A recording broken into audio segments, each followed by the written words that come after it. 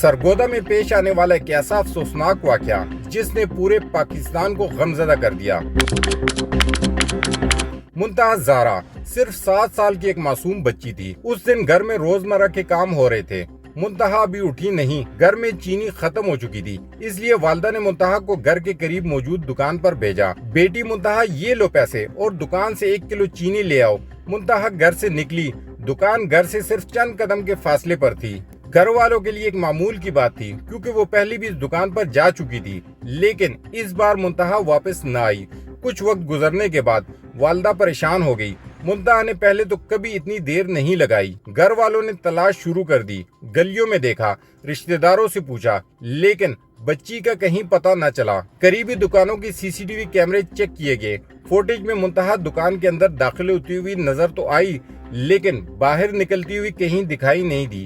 اس کا مطلب ہے کہ بچی دکان کے اندر ہی ہے۔ یہ وہ لمحہ تھا جب معاملہ صرف گمشدگی کا نہیں رہا۔ پولیس کو اطلاع دی گئی اور دکان کی تلاشی شروع ہوئی۔ دکان کی چھت کی طرف جاتی ہوئی سیڑھیوں پر خون کے نشانات ملے۔ مزید تلاش کے دوران چھت پر موجود ایک کمرے سے منتہا زارا کی لاش برآمد ہوئی۔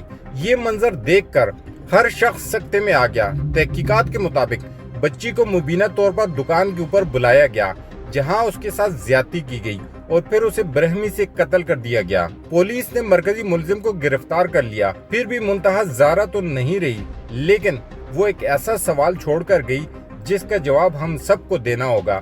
آخر کب تک ہمارے معصوم بچے درندوں کا شکار بنتے رہیں گے؟ کب تک ہر ایسے واقعہ کے بعد صرف چند دن شور مچے گا، چند دن بیانات آئیں گے اور پھر سب خاموش ہو جائے گا؟ اگر مجرموں کو واقعی بروقت اور عبرتناک قانونی سزا ملے، اگر انصاف میں تاخیر نہ ہو، تو شاید بہت سے درندے جرم کرنے سے پہلے 1000 بار سوچیں گے۔